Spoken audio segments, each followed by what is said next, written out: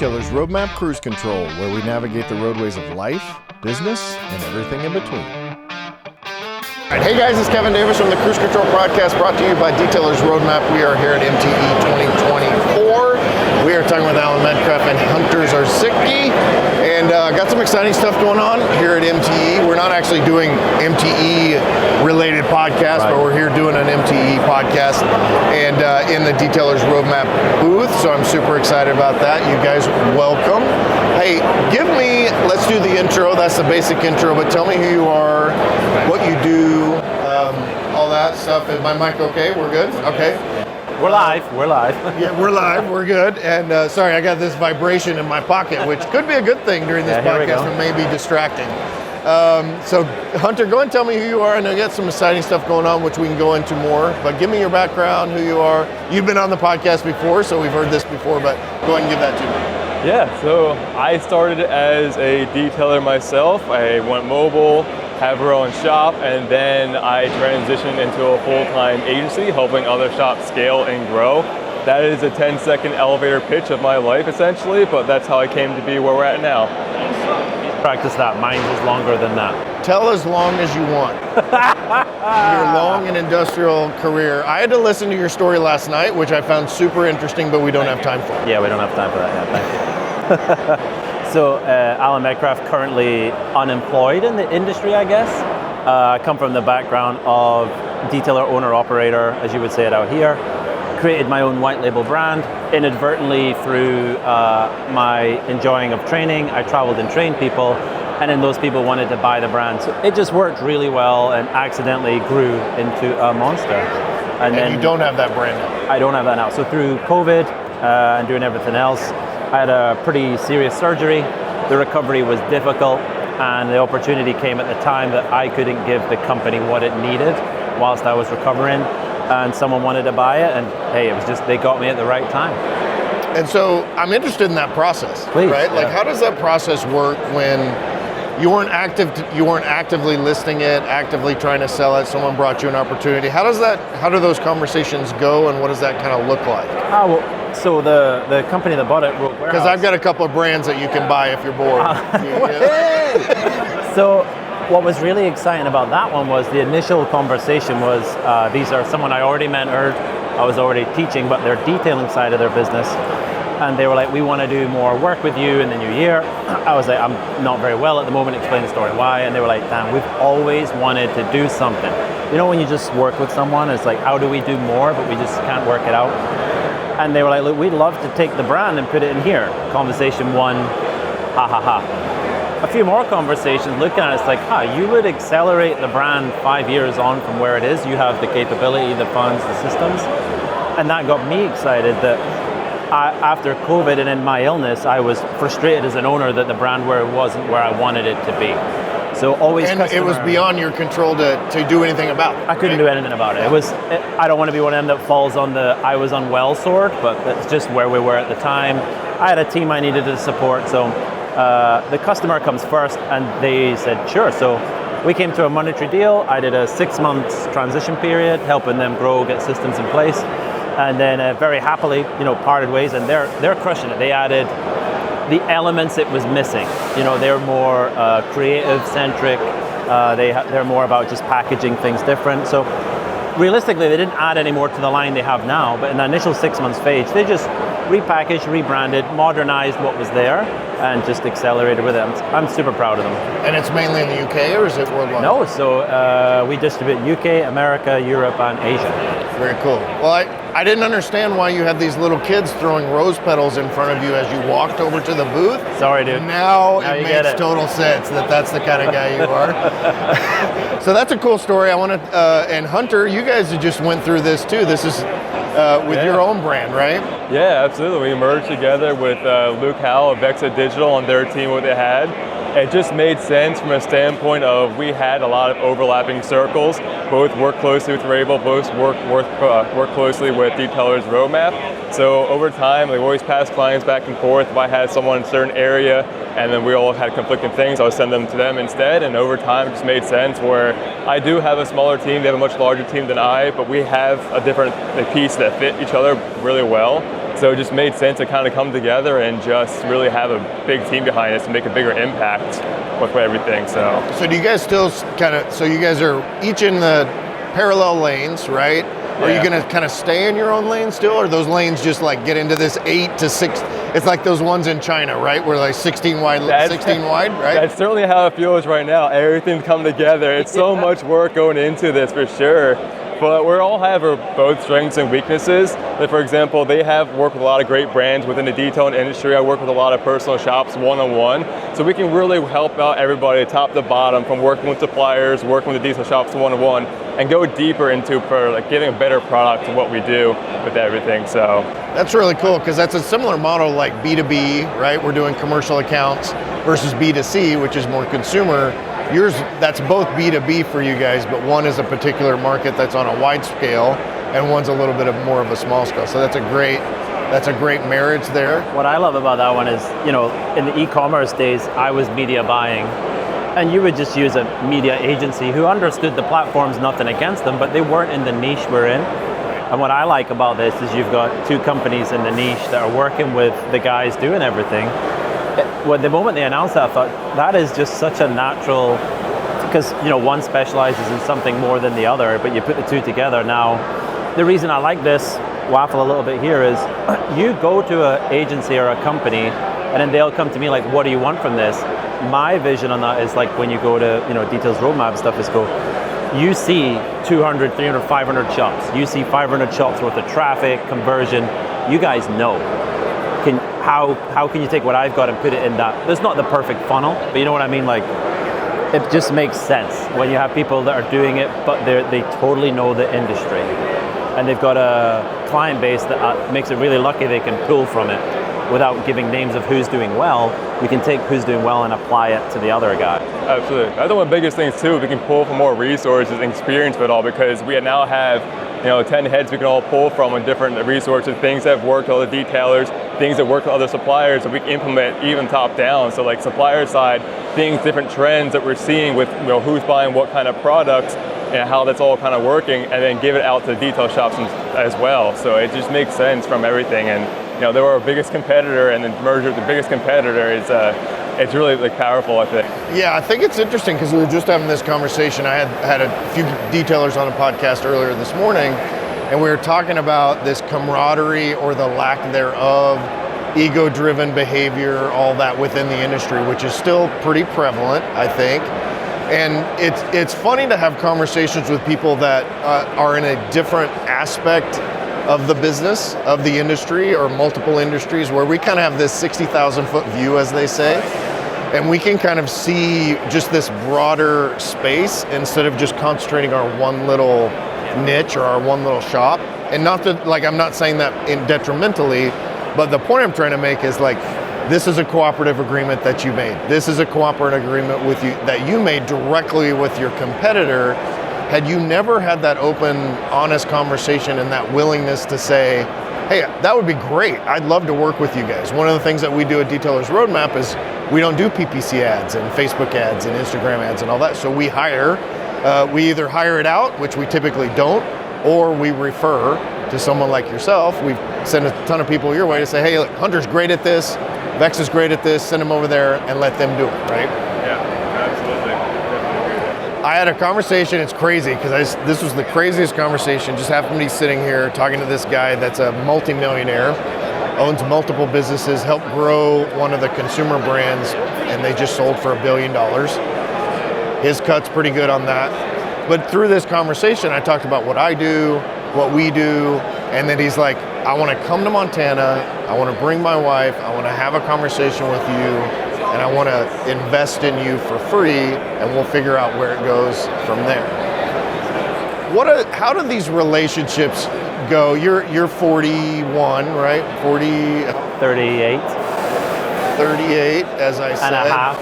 And a half. So You're 40-ish, right? You're younger. We're nearly you're there. 20. You're my daughter's age, like 24, 25. 27. Oh. I look 24 or I look Dude, 21. I suck at this game. This is why I didn't join the carnival. Don't play this game. If I had gone to the carnival, I would have absolutely failed at this. So you know, we have like 3 generations, right? 10 years Yeah. apart. But I think that we're at these ages and this experience level. Hunter, you're still gathering this experience, right? Right. But where you can see this big picture stuff that every conversation matters, right? And I think this works on the detail level side to where you're having conversations with customers, but these conversations with other shops and manufacturers and all that. Kind of riff on that a little bit for me, what you guys think about that whole concept. I guess I was kind of lucky in the role I'm in of being a mentor, trainer, or whatever, that and being IDA, is that we do want to lift this all up. So I'm a big fan of having these conversations. We talked a little bit about it last night though, right? Someone can have the best intentions ever in the world. Worst things come from that, by the way. But if they can't articulate what they want to do. So we have to be open to discussion and open to listening to where the other person's trying to go. We were talking about speaking to someone who's on a difficult subject, how can you ask the questions you want to ask without offending the person or appearing like, I just want to figure out how you sell more because I want to do that. Instead of it being a genuine, intriguing question of, wow, I love what you're doing, tell me more. Like, I get an energy out of what you're doing. They might ask, wow, how are you selling so much? The other person's like, oh, you're just trying to get my nuggets. And it's like, no, you're interesting, I want to know more about it. So I think the shops just have to have a willingness to want to have a discussion and not treat everything aggressively. I call it positive intent. Just imagine everyone speaking to you, even if they're bulked up and the fist's coming, it's with positive intent. You might not know that, something's happened or whatever. Everybody has a story, right? Everybody has a story that where they're coming from. When people behave badly, whether it's public people or private people or people you encounter, I always think, I wonder what the story is that led them to this particular moment in time and where they're at. Go ahead. No, it's like the same thing. It's like you can learn something from everybody. Even if you're a shop that's 6 figures per month, you can learn something from the smaller guys and vice versa. Everyone has some kind of experience, something you can take away from a conversation itself. So there's a saying that it's always on Facebook going around, like collaboration happens at the top and the little guys are driving themselves into the ground. So the sooner you can realize that you can learn things from everybody and you can, there's enough work for everybody to go around from detailing side, from me, agency, client side, stuff like that. So if you open yourself up and have these conversations with everybody, you're only going to benefit from it. Of course, with caution, with certain kind of things that may happen that he touched on, but most of the time it is all positive. Right. So as a younger guy, I mean, you've been in the industry, you were detailing and then went in the industry, and now you're relatively new in your career. You're very successful already. Congratulations on that. But as someone who's kind of in that younger age group, how do you approach mentorship, connecting with people like Alan and Rennie and all these different parts of the industry or out of that industry, right? Some of my podcasts, I've talked to guys that started a couple $100 million companies, and being able to talk to those level, plus all the people in this industry as well. What would you give as advice to kind of approach that? And I'd love to hear your take on this too, as the mentor side. But I'm interested in that. Yeah, I try to be a sponge with everything. All the information comes through. Again, I try to talk to as many people as I can and pull many lessons out of everything that happens.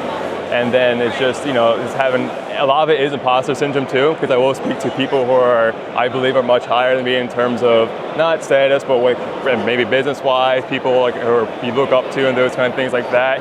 So it's always a balance of, the more I learn, the less I actually know about what's actually going on there. So it's trying to be a sponge through it all, and just whatever it be with just marketing, detailing, just keeps immersing yourself in the experience and keep going through that way. So you'll learn a lot of lessons along the way too if you have experiences, but if you can learn from somebody who has already done it, it actually accelerates you through the whole path of growth too. Do you tend to be pretty bold in approaching people? No, not really. I try to be open. I try to have very, very personable people who work with me one-on-one. I'm fully transparent in everything I do. You can actually go back on my profile. I build my whole company in public.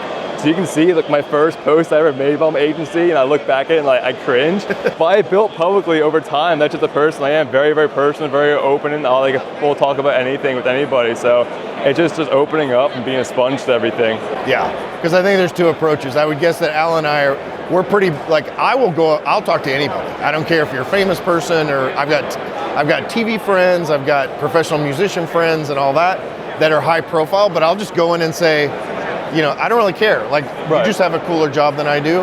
And Mr. Todd Helm is over here interrupting. I'm going to call him out from Mr. Rupus. If you haven't listened to Todd's podcast, it was a great 90-minute full bromance. There's a lot of bromance in there. Yeah, we love each other. But as far as I would guess that you and I tend to be approach that differently. Maybe not, but I know I do. I don't really have a fear of talking to people or that insecurity. Not that you're an insecure person, but I think that boldness has a place in order to do that. So talk a little bit about that. I don't know if it's just I have a willingness to learn and share. Not that everything I have to share I believe is the best of what it is, but I just really enjoy discussion. For example, a lot of people, if we talk about training for a quick or mentorship, you'd have a professional approach you and say, oh, so why should you mentor me? Why should I come to your class? And I'm always just like, dude, if you come and get one nugget, or the goal for me is that everyone leaves inspired in some way. And it might be, everything, which no one ever does, but the people come with, I know everything, why am I coming to your class? Is like, well, as a minimum then I hope I just inspire you, give you energy, do something so you go away and you just continue doing what you're doing, but with some energy and some fight and some fire and a go. But I also tell people I regularly go in other people's classes all the time, no matter the brand, no matter what, because I want to go, this is exactly what I teach. I'm excited to see how someone else articulates this, or their view on this, or just something else going on so I can grow. So it's both ways. When I mentor people and train people, I am also absorbing so much from them. You know what I mean?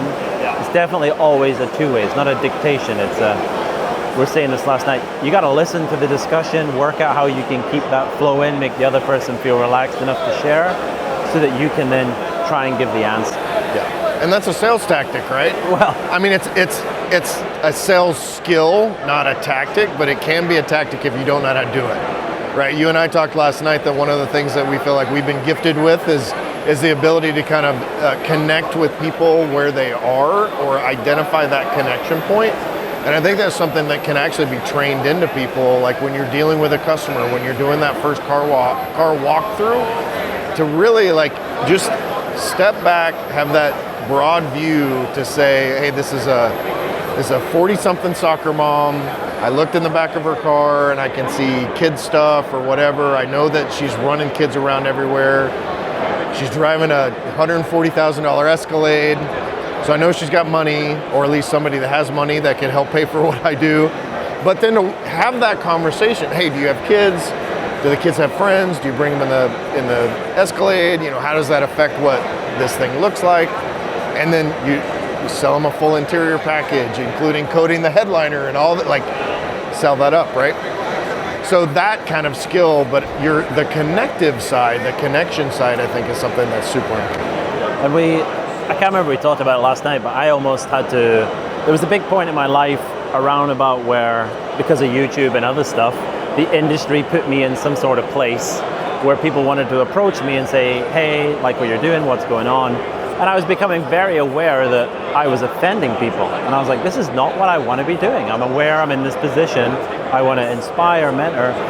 And it was simple stuff, so I studied about how I can make small adjustments to my language, my initial first 10 to 30 seconds interaction that hopefully relaxes the person, makes them feel welcome, and makes them feel that connection. One of the biggest mistakes I was making was like, oh, hey Hunter, hi, it's nice to meet you. Now I'm very aware of who Hunter is. And this isn't the first time we've met, but that was a natural, we're taught it from community to just say that. Hey, how you doing? First thing you say. One of the worst in my opinion, because if that person's having a terrible day and they decide that's the moment they want to think about it, that sales process, that discussion starts with that person's negative thought, right? So I eventually learned that when people come to see you, it's like, oh, it's nice to see you.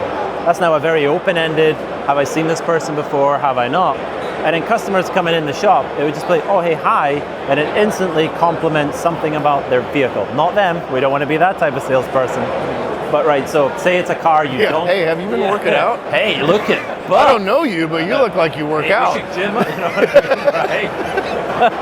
So it's one of those where it's like it's a vehicle you don't like. I don't know. I'm gonna pull something like a lot of like Tesla's a very gravitational car, let's say, and let's just say this detail shop doesn't like Tesla, and a Tesla customer comes in, you're just like, hey, that blue looks really nice. We don't have to refer to the Tesla. We don't have to refer to electrics or that politics. But you just made the person think, yeah, I did make a good choice in this car, didn't I? And the whole conversation's now started more open, more relaxed. It's maybe a tangent, but they're just little things I learned by accidentally messing up conversation day to day. That's a great point. I'll let you go next. That's a great point because for those of us that are a little bit more public in the industry, like yourself, me, I'm always trying to figure out, do I say nice to meet you or nice to see you again? It's nice to just try and not. You got to have it. That's a great. Hey, it's nice to see you. I love that. Because we naturally do hey, what's up? And then again, you've asked someone about how do they feel, right? Yeah. And you're just like, oh, and it's letting. It sounds terrible, but that person's come to see you and ask the questions they want to ask, so let them lead the dance. Yeah. You just gotta. People want to talk about themselves. 100%. You just got to let them get to where they're going. Just get them out the lizard brain whole thing where they just go through, like, how you doing? Good. All right, thank you. And that's it. If you get them to open up a little bit more, you know, a lot of people come to sales conversations too. They're always in the defensive side. They just don't want to open up, maybe, especially like on a call, trying to sell a higher package. If you can talk and have a normal conversation, you get them out of that lizard brain thinking where it's just purely transactional. It's like, hey, I'm actually talking to Kevin. I'm actually talking to Alan. I'm not talking to a certain company. So yeah, that one of the things, the mistakes I think a lot of people make in all small businesses or all businesses in general is they make it about themselves and what they have to offer. And I actually just talked about this on the last podcast, but it's making sure that you understand the customer and then offering what you have to offer to solve the pain points. I know you do, like, that's the world you live in, right? And William and Laura was here as well. He does some social media marketing as well. It's avatar, customer avatar, ideal customer avatar, what their pains are, and then how the messaging works, and that, that unique selling proposition, and all these little, talk a little bit about that, on how that works, because we can talk about it in the sales, like when we're walking through the car, but how does that work from an online standpoint? Because I think most people suck, which is good for you, because most people suck about, I've been go high level for the last 3 months and all this other stuff. Most people don't know how to do any of that. Right. So in regard to my agency, or people selling themselves like that? So what you? Yeah, just talk about detailing your agency and just like how people go about that kind of thing. Got it.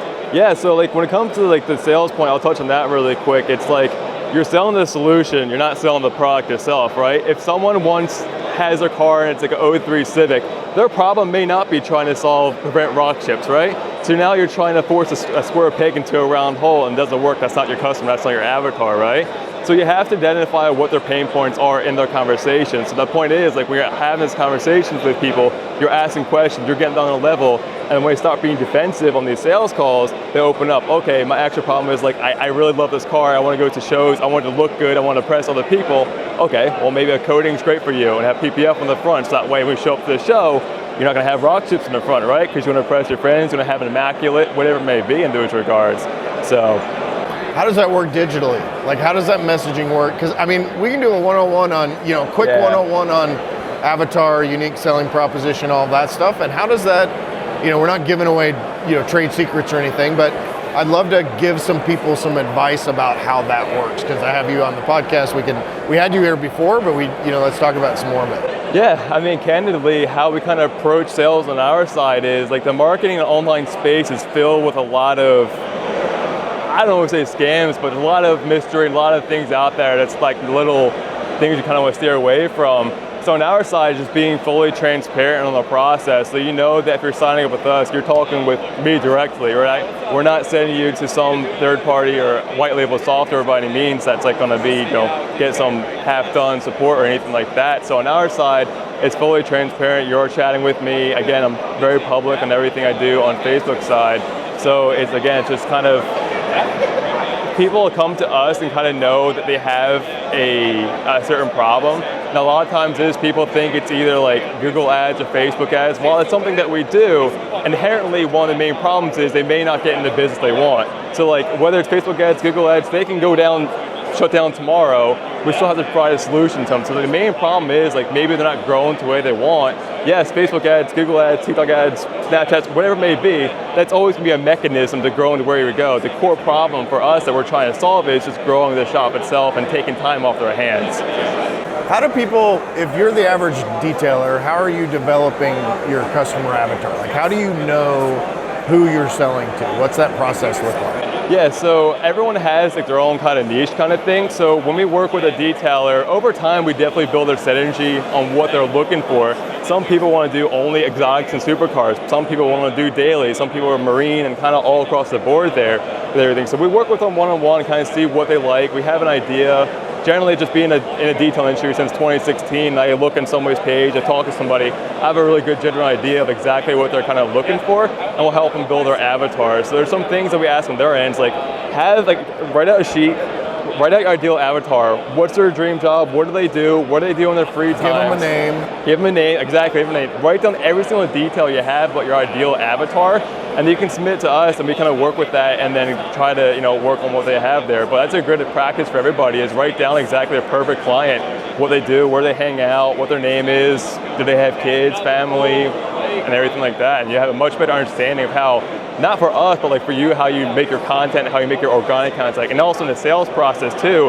Because how I'm going to talk to someone who has like a soccer mom is going to be different than someone who has a fleet of vehicles or something like that. I have an exercise when we're doing a mentorship, because I love everything you're saying, but sometimes it's difficult to withdraw that information from someone, and that's his job, right? His job is, I have this sheet, this magic form, if you like, and I need to get the information out. But when I'm mentoring guys, if they're already in the business, and you ask them what's their avatar, and they shut down, they're like, ugh. So it's like, all right, tell me. You mean those blue guys that live in the water? Right? What are they? Yeah, So I'm like, what, in your head right now, think of your top 5 customers that pay you the money you want, take the price you want to pay, and also you enjoy doing the work. So what I mean by that is, it could be you hate machining Porsches, but you get them all the time and they pay you well. That's not your avatar. Or you're gonna have to reskill and work it out. But if you've got the Audi mom coming in all the time with the Q8 or the Q7, they pay you all the time, they're complimentary, they tell their friends, then you're like, hey, so now there's 5, nice. Like you get along with them and connect. Because you don't want to do work you don't like. So then people go, oh, okay, I know there's 5 people, and be like, okay, so what do they drive? What do you think they do for a job? And one of the best stories I have for this is, I did it with a gentleman, and he basically worked out they were all kind of estate vehicles or larger, and they all had something to do with playing golf, right? So then we're like, okay, this is your avatar. And he's like, what do you mean? People that play golf. And I says, I know that's very niche down, because you could have tradesmen, successful people, doesn't matter, but it's people who play golf. So now you're marketing your stuff, your packages, right? You could start being a bit cheesy with this and going, it probably wants to look clean, do whatever, but it's going to be full of sand. They might want their clubs looking after. So it's like, could you do a leather course, and could you also offer bag repair when you're doing the service? Do we make a cheesy service like, the whole 19 offer whilst you're having a beer, we'll turn it around? So he took this concept, went nuts. He got tees done with his logo done, and then he was like, I think I've reached the ceiling. I was like, great, where's your next golf course? 3 years later, this guy has mobile vans on all from that one conversation of what you're saying is perfect, analytical, done, but he's the guy that can take the information out of you. If you're listening to this podcast now, do that exercise, sit and go, what are my 5 best customers that I enjoy working on their car, and they pay me the money I'm asking for, the perfect customer. And from that, hopefully, maybe 3 of them are your customer avatar. It's a great use for ChatGPT and AI. I use this all the time for ChatGPT. So when we're developing projects or products or whatever, I actually have it. There's some different prompts, and you can find these online, but help you whittle down that avatar. And I actually can have it list all these different profiles, and we had it once give me 1,000-word diary entry from that person talking about, his wife, his kids, his job, his car, and it's nuts because it will actually create, breakfast was quiet today and the kids are this, and I got in the car and it was dirty or whatever. So you can use ChatGPT for some of this just to help you. It's not going to define it for you, but it will help you brainstorm, get the gears turning. Yeah, get those gears turning and everything. And I think that's a great way to think through that. Right. And if you can flip it, so let's imagine, as much as it's not always profitable, someone's like, oh, I really want to get into the space that I'm in. So just say I happen to be a Porsche owner, I go to the Porsche clubs and stuff. This episode is brought to you by Detailer's Roadmap. Hey, spoiler alert, that's us. We all know you need a kick-ass website in order to be successful with your business. The good news is at Detailer's Roadmap, kick-ass websites, that's kind of what we do. With the latest performance, designs, and SEO strategies, Detailer's Roadmap is your one-stop shop to be successful on the web. And don't forget, we have the best support team in the industry. Whether you're an existing partner looking to improve your lead generation or you need a brand new website, Detailer's Roadmap is here to help you be successful on the web. So go to detailersroadmap.com/success and get started today. That's detailersroadmap.com/SUCCESS. But for whatever reason we can't get that in the door, then it's like, well, you've got to become your customer. You got to go to the clubs they're at. You got to wear what they wear. You got to use the language they use. And sometimes people understand that more than, I'm not saying the corporate thing, but the thing where we say, what's your avatar? We say these things because we understand it. A lot of the detailers fresh in, as we know, are going to be like, how do I get what I want? And it's like, well, what is it that you want? Is it to be doing dealership and garage work? Because if it's to be doing soccer moms all the time, then have you got kids? Yeah. Do they go to soccer? Yeah, then there's your target market. Make sure you're wearing your branding at the soccer game. Make sure you go to the after soccer party, and you know what I mean? Or your play dates, have a chat with the mom. You got to integrate yourself in where your customer is. And know who they are, right? And a lot of times people and you made the statement, if you want to do exotics, well, I live in Bozeman, Montana. There are some exotics there, but you don't drive them for 9 months out of the year. I've got a car that has 1,500 miles on it, and it's 6 years old because it's a roadster. I don't drive it outside in the wintertime. And so if I say, hey, I want to do only exotics, well, you're going to do one every 3 years. Good luck feeding your family on that, right? It doesn't work with your accent, but the statement is riches are in the niches. Right. I can't say riches are in the niches or reaches are in the niches. Doesn't work with your accent. But Alex Hormozi, who's a huge marketing guy. If you don't know who Alex Hormozi is, go look him up. Seriously, if you don't know who he is, you're living under a rock when it comes to marketing.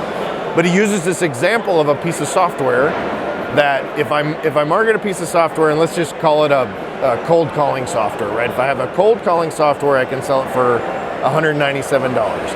If I have a cold calling software for landscaping, I can sell it for $497. If I have a cold calling software for landscaping designers, I can sell it for $1997. If I have a cold calling software for one level up, sales guys that deal directly with landscaping designers in this area, that I can sell that program for $5,000.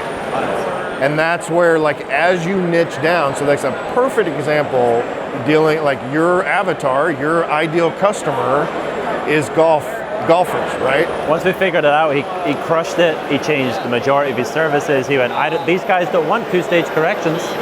They're wanting something on their car, it's quick ceramic, and then what they want is the convenience of when they're playing their game 4 or 5 hours, how do I make a service that's 3 hours so I can do 1 or 2 for that customer at their site?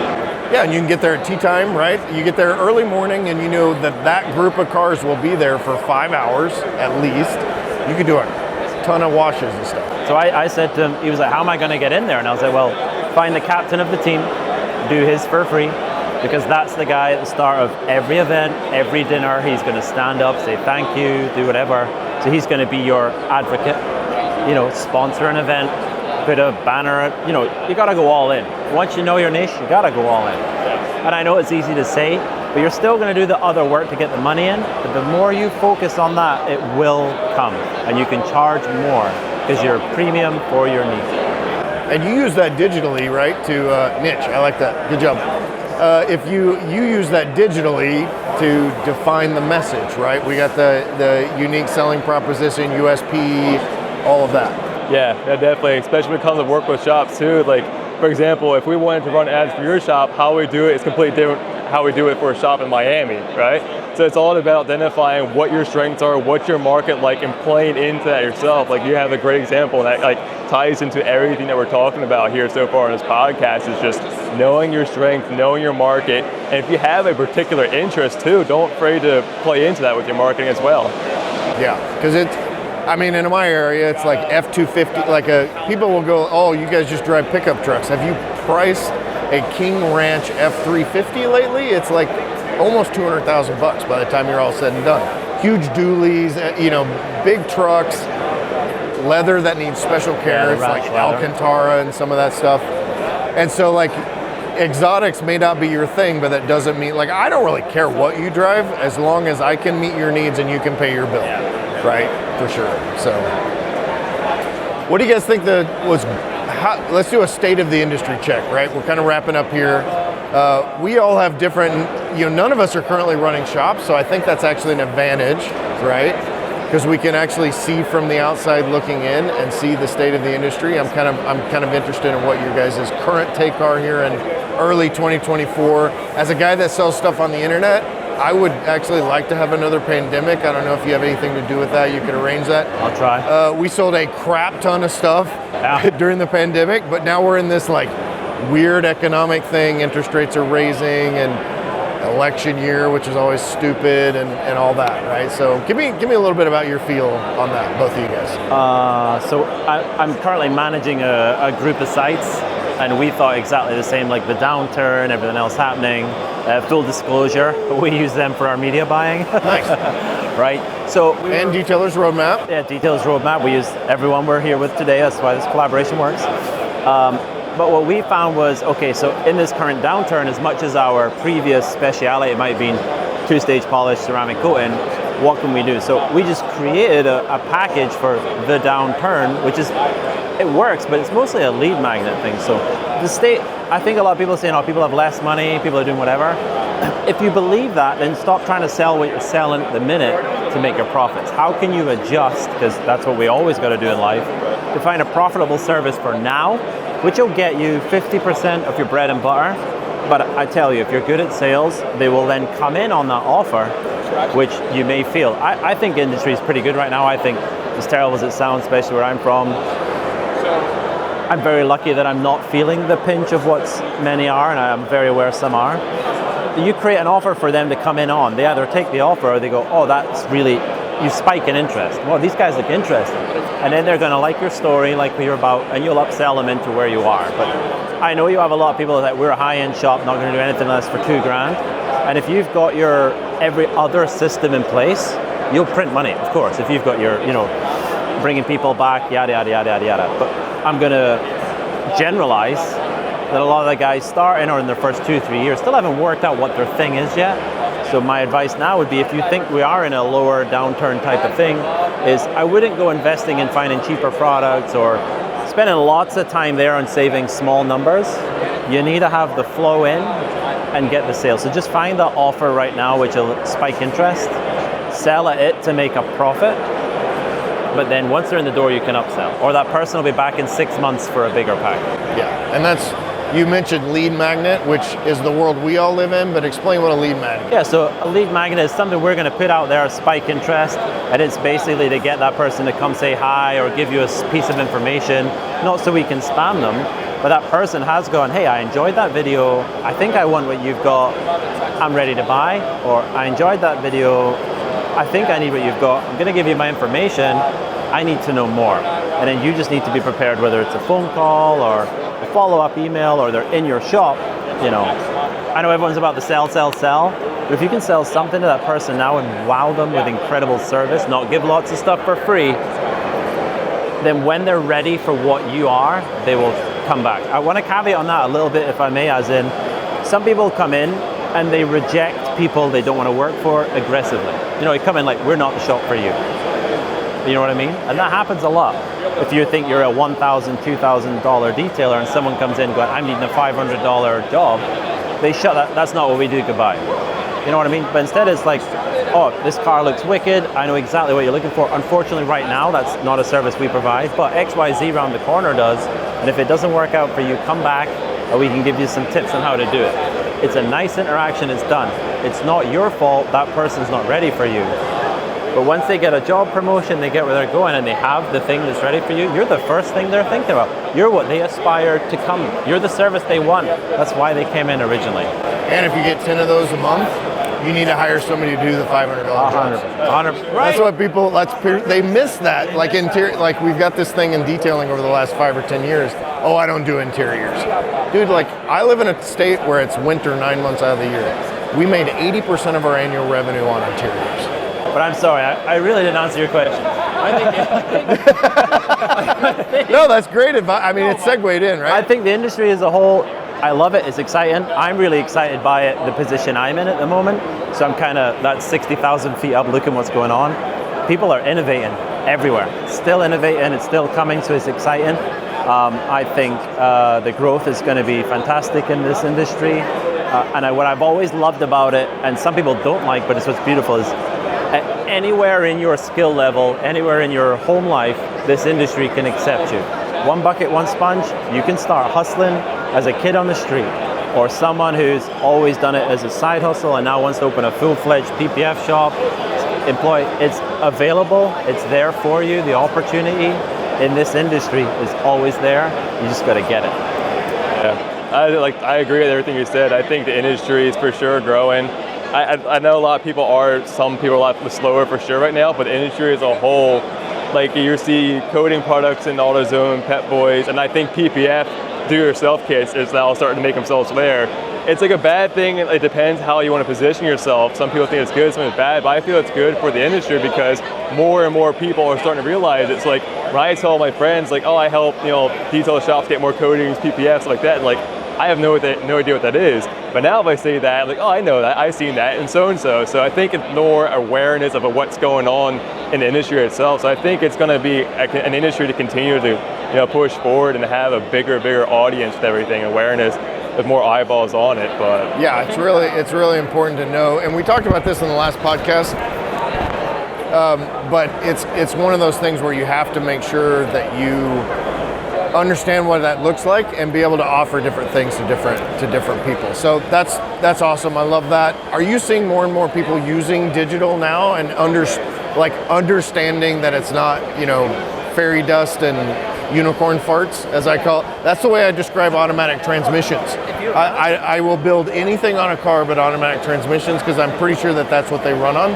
But are you seeing more and more of that? Oh, yeah, absolutely. The way the industry has changed from the marketing perspective, like a couple of years ago, everyone's like, Facebook code guys, I'm not too sure, but now everyone is running them itself.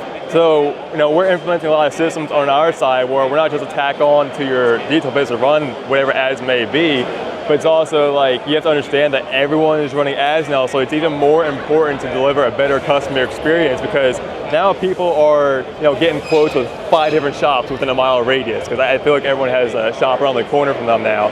So it's even more important that like if someone sees your content compared to somebody else's, or even the conversation you have from the phone, and that sales conversation goes great, they might just stop with you right there, or if they have a conversation with 5 other shops in the area, but they really love you, that's so important nowadays. So like, there's always been some kind of marketing out there, whether it's newspapers before, billboards before, there's always going to be like quote saturation out there itself, but at its core, the client experience is really what matters. So if you can deliver that one, you'll be fine with it. But yeah, in short, like a lot of people are doing SEO, a lot of people are doing ads now. I'm not discrediting by any means, everyone absolutely should, but it's even more important now to put a little bit more effort in it. Like how we ran ads like 3 years ago, you can just like throw some out there and it would just rip forever.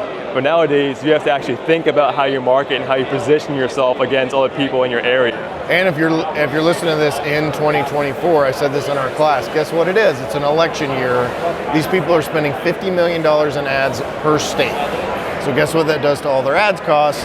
I hate this time of year, so like I should just I'm going to retire for this year, take a sabbatical, and stop selling on Facebook. But yeah, go ahead. With the ad spend thing, that's when I tend to tell people that's where you got to become your local hero, right? You got to be your local hero, which is try and put organic content out that relates to your initial town. So using your town's names, your town's colors, your town's footballs, whatever that is, and being funny or entertaining or informative. But it's got to be you. It's got to be your face, be your local hero, which kind of comes into you got to be at the Yummy Mummy football game, you got to be at the Porsche Club, you just got to be present. And then when the ad spend comes, that's where we see it. Tangent, I know, we have 3 sites, one of them is miles away, like 4-hour drive away. Those guys were dancing to silly music in the shop, CCTV video, uploaded TikTok, 250K overnight views. It went a little bit viral. I'm in my local shop just getting groceries and someone comes up and goes, hey, you're the TikTok guy. I was like, that was not me, but I'm in the branding that was in the video.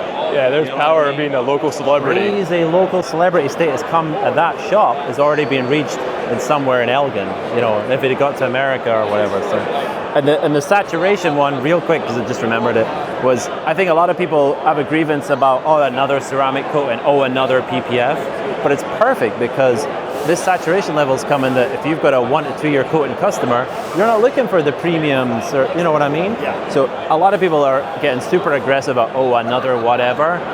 These people are coming and being successful because the industry is growing as we have more detailers that these products are adapting for that market. You can get PPF now without having to be accredited. You can get good quality PPFs with training and you just need a plotter. You don't have to go and get certified and spend a week's training and you know what I mean? So I think it's beautiful. I love the rate it's growing at. I love seeing new things all the time coming up. It's a good part. It's a good time to be in the industry, good time to get in, good time to continue to grow. Using all these tools like websites from Detailer's Roadmap, or if you build it yourself, just use some of those ideas that we gave. Using guys like Hunter and Vexa and be able to walk through those kind of things. And then mentorship from guys like you, which you're not doing that currently, right? So, privately, but I always say, look, this is why you do this. I'm stood here. If you stop me, I'm going to have a conversation. If you ask me a question, I'm going to do my best to answer it. I'm not walking around with Venmo going, for $50, I'll speak to you. You know what I mean? So if you're not at these events, if you're not being relevant, coming and walking up to people's booths, these people are here because they want to show you their product. They want to demo it. They want to have a conversation. Then you're going to miss out. That's free advice, free mentorship, free content you can have without having to then go in and invest in my $3,000 mentorship program or whatever it is. Sure. Hey, how do we find you guys? Me, Alan, you just find me Alan Medcraf on social media. Okay. Same thing, Hunter Zarzycki on Facebook or AdMotive. Either way, you'll find us on there. Guys, I appreciate your time. I think this is super insightful and always a pleasure hanging out with you. Thank you. Thank you. See you. Head over to detailersroadmap.com and get your one-stop success solution today.